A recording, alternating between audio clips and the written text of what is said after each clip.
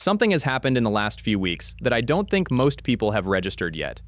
Go and look at what's trending on GitHub right now. Not the models, not the frameworks. Look at what individual developers are starring by the thousand. In a single week, one repository that turns technical books into agent instructions picked up over 5,000 stars. Another one, and I want you to hear this description properly. A skill to stop your coding agent from burying the answer picked up more than 5,200. A CAD library for agents took 2,000. None of those are companies, none of them are funded products. They're folders of markdown files that tell an AI how to do a job. And they are right now outperforming most actual software on the same board. So I went through the top ones, not the listicle versions. I pulled the actual repositories, read the actual specifications, and worked out what each one really does versus what its headline suggests. Here's the plan. First, what a skill actually is in 30 seconds, because the word is being used loosely and the distinction matters. Then 4 of them, individually, what each does, who it's for, and where I think the edges are. Then the pattern, because after reading enough of these back to back, it became very clear what separates a skill worth installing from one that just has a good README, and that pattern will serve you long after these 4 specific repositories are forgotten. And then a section I think is genuinely important and that I have not seen anyone else raise about this trend at all. It's about what you're actually agreeing to when you install one of these, and I'd rather you heard it from me before you paste your first install command than afterwards. Let's go. What a skill actually is, 30 seconds. If you've watched our earlier coverage, you know this, but the term has drifted, so let's be precise. A skill is containing a markdown file of instructions, plus optionally some scripts and reference material. That's it. There's no compilation, no binary, no API. It's a written procedure that your AI agent reads when the task calls for it. The genuinely clever part is the loading. Your agent doesn't hold every skill in its context permanently. It reads a short description of each and pulls in the full instructions only when a task matches. So you can have 50 skills installed and pay almost nothing in context until one is actually needed. Why does that matter? Because it means expertise becomes a file you can share. Somebody who genuinely understands K or academic research or a particular codebase can write down how they work and hand it to your agent. You're not downloading software, you're downloading somebody's method. That's the shift. And it explains why a folder of Markdown can outstar a framework. How I judge these. 4 criteria, and I'll be explicit so you can disagree with me. 1. Does it do something the model can't already do? A lot of skills are elaborate restatements of things the model does fine unprompted. Those aren't worthless, but they're not worth an install. 2. Is the scope tight? The best skills do one job precisely. Be a better developer is not a skill. Export a parametric part to step format is.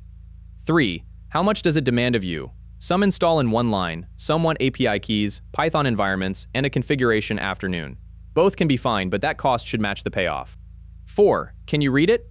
This is a markdown file. You can open it and see exactly what it tells your agent to do. A skill you can't be bothered to read is a skill you're trusting blindly, and hold that thought because it comes back hard later. Number 1, the research skill. This is the one I've mentioned on this channel before, and it's the one that keeps accelerating. Its star count has climbed in 3 separate waves now, which is unusual and generally means people are actually using it rather than just bookmarking it.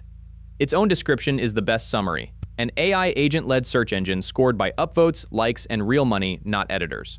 Here's what it does. It searches across Reddit, Hacker News, GitHub, and a prediction market simultaneously. Those work with 0 configuration. Run a short setup wizard and it adds X, YouTube, TikTok, Archive, and a tech news aggregator. Then it scores what it finds by actual human engagement and has the agent synthesize it into a single brief. And the reasoning in their documentation is genuinely sharp. So let me quote the thesis. Google aggregates editors. This searches people. Their argument is that each platform is a walled garden with its own API and its own authentication. No single AI has access to all of them. One assistant has a deal with one platform. Another has video but not forums. But you can bring your own keys and browser sessions, and suddenly an agent can search all of them at once and score them against each other. Their line, not one better search engine. A dozen disconnected platforms bridged by an agent. That's a real insight, and it's the most compelling case I've read for why a skill is the right shape for something. It's not adding intelligence, it's adding reach. And reach is precisely what a model can't give itself. Who it's for? Anyone whose work involves knowing what's actually happening right now. Researchers, analysts, anyone building in a fast-moving field, and yes, anyone making content. The cost, the extended sources need keys and a setup path. The install is broad, the Claude code marketplace, or a single command that works across 50+ agent hosts. Your resulta. If you run it, one sentence on what the output actually looked like goes here. Number 2, the one with the strangest name. This is the repository that took over 5,200 stars in a week. And its description is the reason. A skill to stop your coding agent from burying the answer. The name references ADHD, and the project is explicit that no diagnosis is needed to use it. What it actually does is change the output style of your agent, front-loading the answer, cutting the throat clearing, structuring responses so the thing you asked about is the first thing you see rather than the conclusion of 4 paragraphs of preamble. Now I want to be even-handed here, because my first reaction was skepticism. Isn't this just be concise with extra steps? Having read the repository, I think it's more than that, for 2 reasons. First, it's an output style, applied consistently. The difference between telling a model be brief once and having a specification that shapes every response is the difference between a request and a default. Anyone who's asked an assistant to be concise and watched it drift back over 10 messages knows exactly why that matters. Second, look at what they built around it. It installs into Claude code and into a different vendor's agent. There's an option to make it apply to every session automatically. And the README is translated into 6 languages. That's not a weekend joke repository. That's someone who found a real, widely shared frustration and did the unglamorous work. And the frustration is real, isn't it? The single most common complaint about AI assistants isn't that they're wrong. It's that you asked a yes or no question and got an essay. Who it's for? Honestly, most people. The cost, near 0 2 commands, and it's live. My honest reservation, output style is deeply personal, and some people want the reasoning shown. This is the rare skill where I'd say install it, use it a week, and be equally willing to uninstall it. That's not a criticism, that's a low-stakes experiment, which is exactly what skills are good for. Number 3, the specialist. 2,000 stars for a skills library covering CAD, CAD-CAE, and CAM. Computer-aided design, engineering, and manufacturing, plus robotics and hardware design, MIT licensed. And this one is a completely different species from the first 2, which is why I've included it. Look at what it actually handles. Export to the standard interchange formats used in engineering, the neutral CAD format, the 3D printing formats, plus the description formats used to define robots for simulation and motion planning. It runs on Python, it has a test suite wired into its CI, and it has documentation and a demo site. That's not a prompt, that's a domain toolkit. And it demonstrates something important about where this format is going. Skills aren't only about making a general assistant slightly better at general tasks, they're becoming the delivery mechanism for entire professional domains that a model has read about but has no practical procedure for. A model knows what a robot description file is, it has read the specification. What it lacks is the working method, the conventions, the export flags, the order of operations that someone who does this daily has in their hands. That's what a skill like this carries. Who it's for? A narrow audience, and enormously valuable to them. If you design hardware, work in robotics, or do any parametric modeling, this is potentially the highest value item in this entire video. If you don't skip it entirely, and notice what its existence implies, there is probably a skills library forming for your field too, and if there isn't, that's an opportunity rather than a gap. The cost, real. Python 3.11 or later, actual dependencies. This is a tool, not a prompt. Number 4, the meta one. Over 5,000 stars, and the concept is the most interesting on this list. Turn any technical book PDF into a skill, so an agent can study it, reference it, and work from it. Think about what that's doing. Every one of us has technical books we've bought and not fully absorbed. The manual for the framework, the reference for the standard, the textbook you'd need 3 weekends for. This proposes converting that into something your agent can consult as a working procedure. And the reason it belongs in this video isn't the tool itself, it's the category shift it represents. The first 3 skills are things somebody else wrote for you. This is infrastructure for writing your own, from material you already own. That's where I think this whole ecosystem goes, and it's the point I most want you to take from this section. The interesting future of skills isn't a marketplace of thousands you browse. It's you having 8 of them for your stack, your conventions, your reference material that nobody else could have written because nobody else does your job. One honesty note, I could confirm this repository is live and I've read its description, but I wasn't able to pull its full documentation the way I did the others. So treat this as a concept I'm recommending you look at rather than a specification I've read end to end. Check it yourself before committing an afternoon. Where skills actually live and how to install one without breaking anything. Practical interlude, because install it glosses over a few things worth knowing. A skill is a folder on your disk. For your personal skills, that's a directory inside your Claude configuration folder in your home directory. For project-specific ones, it's a folder in the repository itself, which means it travels with the project and everyone who clones it gets the same working method. That second option is genuinely underrated for teams. Your conventions stop being a document nobody reads and become something the agent follows. 3 install routes, and the difference matters. The marketplace command fetches from a repository and keeps it updated. Most convenient, least inspectable. The cross-agent installer that's emerging. A single npx command works across a growing list of agent hosts, which tells you this format is escaping any one vendor. And the manual route: clone the repository, read it, copy the folder in yourself, slowest, and the only one where you've definitely seen what you installed. My recommendation for anything you haven't read: clone it first, read the specification, then install. The 2-minute version of that is to open the skill file on GitHub in your browser before you paste anything. And a note on scope: several of these support a global install available in every project, or a scoped one. Global is convenient and correct for something like an output style you want everywhere. Scoped is correct for a domain tool you only need in one repository. Defaulting everything to global is how people end up with 20 skills, no memory of installing half of them, and an agent behaving oddly for reasons they can't trace. One genuine gotcha: if 2 skills give conflicting instructions, one telling your agent to be terse, another telling it to explain its reasoning, you get inconsistent behavior and no error message to explain it. There's no conflict detection. If your agent starts acting strangely after an install spree, that's the first thing to check, and the fix is simply removing skills until it stops. The pattern: what separates a skill worth installing? Here's what became obvious reading these back to back, and this is the part that outlasts every specific repository named in this video. Good skills add reach, procedure, or consistency. Weak ones add adjectives. Reach means access the model doesn't have. The research skill is the clearest case. It isn't making the model smarter, it's connecting it to platforms it structurally cannot see. You cannot prompt your way to reach. That's why it's the most defensible category. Procedure means a working method the model lacks.